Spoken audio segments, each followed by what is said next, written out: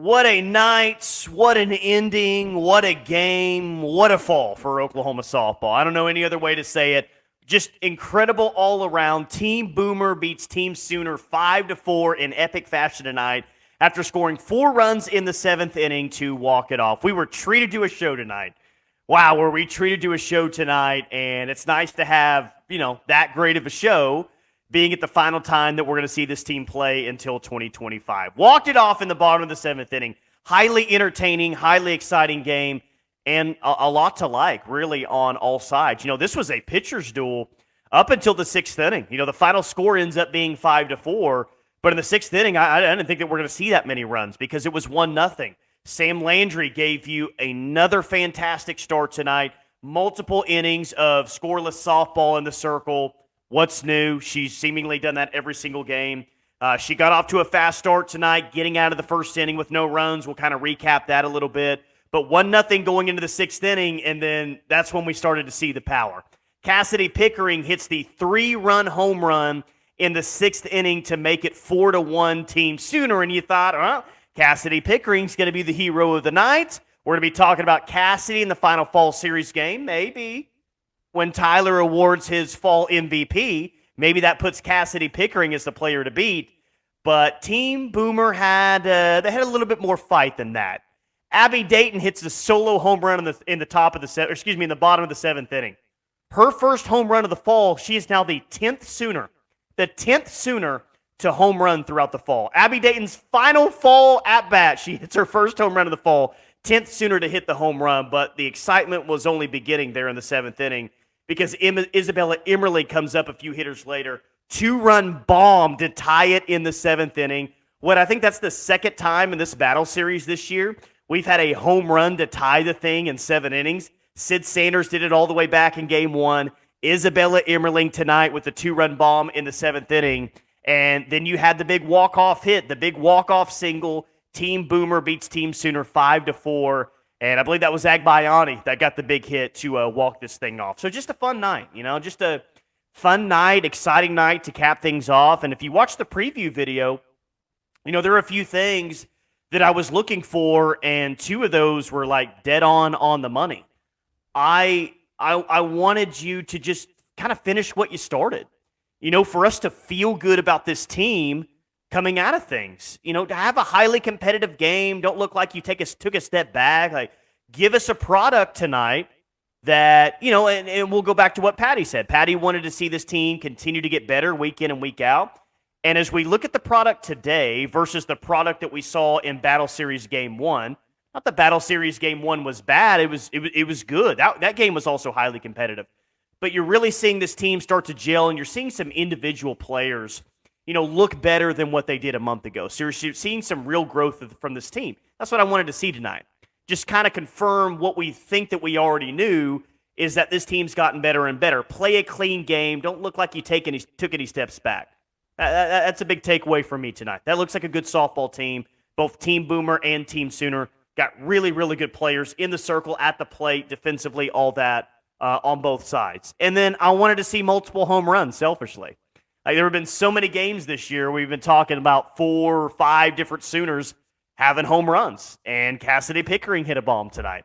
Isabella Emerling hit a bomb tonight. Abby Dayton hit a home run tonight. So just another game, be it the Battle Series or against another opponent, where multiple Sooners hit home runs. And don't we all love to see that, especially when it comes in as spectacular fashion as it came in the 6th and 7th inning. It was just a really fun game. Agbayani got the action started with a double, RBI double in the 2nd inning. She may have been at the start of the night. She's so good. And I feel like I've talked about her as much as possible, but maybe I even haven't given her enough credit for how good that she's been this fall, because it just feels like every single game it's, well, let's just go ahead and put Agbayani down for a couple of hits. She's going to have a couple of hits, maybe 3 or 4, and she's going to score a couple of runs. I mean, she is your ideal leadoff hitter for this team. She's going to be a starter on the infield, and I think that she could absolutely have one of the better batting averages in the SEC, and she delivered early, and she delivered late in this game. She's good. She's really, really, really fantastic. 910 tonight for the attendance, so No new attendance record for the fourth time, but still good attendance. Over 900 fans on a Wednesday night, maybe not as warm of weather as we've seen at other times throughout this fall, but you have 6,463 fans for a fall total. Are you kidding me? That is insane. That is awesome. This program is only going up, up, up like this, and you fans are a big reason because of that. Yeah, just good. It was competitive, both sides. It felt like every out was a big out, and they kept kind of fighting and battling to the end. Like, that game doesn't matter in the grand scheme of things of overall record.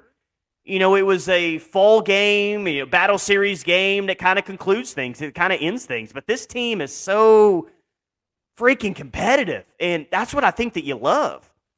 And, maybe the best news of all coming out of this fall is, all right, well, in a week or two's time, I did my pre-fall projected starting lineup for game one. Now it's time to do my post-fall projected starting lineup. And guys, there's multiple positions. I don't know if I feel confident saying for sure who I think the starter's going to be. Like, there's some spots that I think are locked up. I think Isabel Emerling's going to be your starting catcher.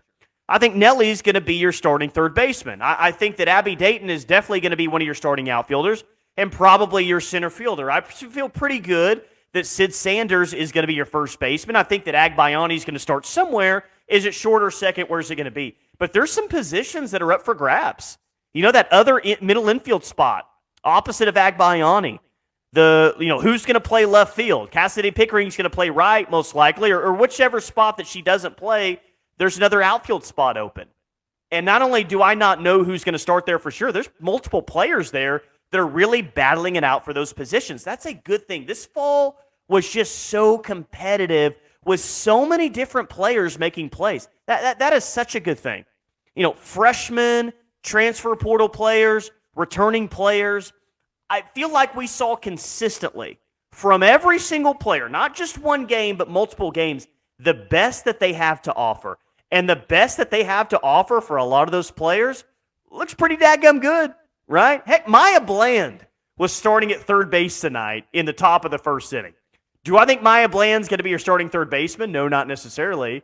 But she can play kind of anywhere out there. She's hit home runs. She's done some things that she didn't do last year. And I think Maya Bland is actually a great example of what I'm talking about here, is that you put players in some, I don't know, unfamiliar, but some different spots, and they've really been great. And we've seen some things from various hitters like Maya Bland that I didn't expect her to see. I didn't expect her to see her hit rockets out of the yard like we have. But she's been great, and so many players have been great. Overall, it's just a very, very, very successful fall. And as you evaluate tonight's game, maybe this last game ended in a perfect manner because the pitchers had so much success against a lineup that we know is going to be good, guys. You guys know if you watched any of the videos previously, and if you haven't, there's so many videos that I built up during the offseason. Go check those out. But go watch those videos. You know how I feel about the offense. There's not a weakness to this offense, only strengths. And there's high-level strengths to this offense. So when that pitching staff, who I labeled as maybe the biggest question mark going into the fall, is performing like that in the final fall game, when these hitters have seen these pitchers so many times throughout the fall, and they're having that much success, that makes me feel good. That makes me feel a lot better about the pitchers today than I did a little bit over a month ago. So I'll put a final grade on it. You'll put a final grade on it. You'll drop your comments as you do always, and I appreciate that. But, man, I am just super, super impressed by what we saw tonight throughout the fall. Pitching was excellent, and then the hitters stepped up when they needed to be when it was crunch time. Sign of a great softball team. I saw it multiple times this offseason, and I'm just excited to see the actual product coming up in 2025 because I'm just going to tell you. I don't think I need to tell you, but I'm going to tell you anyway. This team is a national championship contender. And not only are they a contender, they should be one of the front runners to win another national championship next year. Fun Battle Series game. By the way, Sam Landry is coming in this game with a sub-1 ERA, like .70, I believe, 3-0 record. Nasty off-speed. Abby Dayton was hitting over 500. We got to see that Sam Landry-Ella Parker matchup that I wanted to see. And in the first at-bat, Ella Parker lines it to Sydney Barker. It was just fun. A lot of good on good, elite on elite. Fun night, fun fall.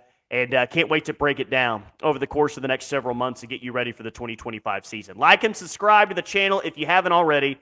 But as always, thank you for watching.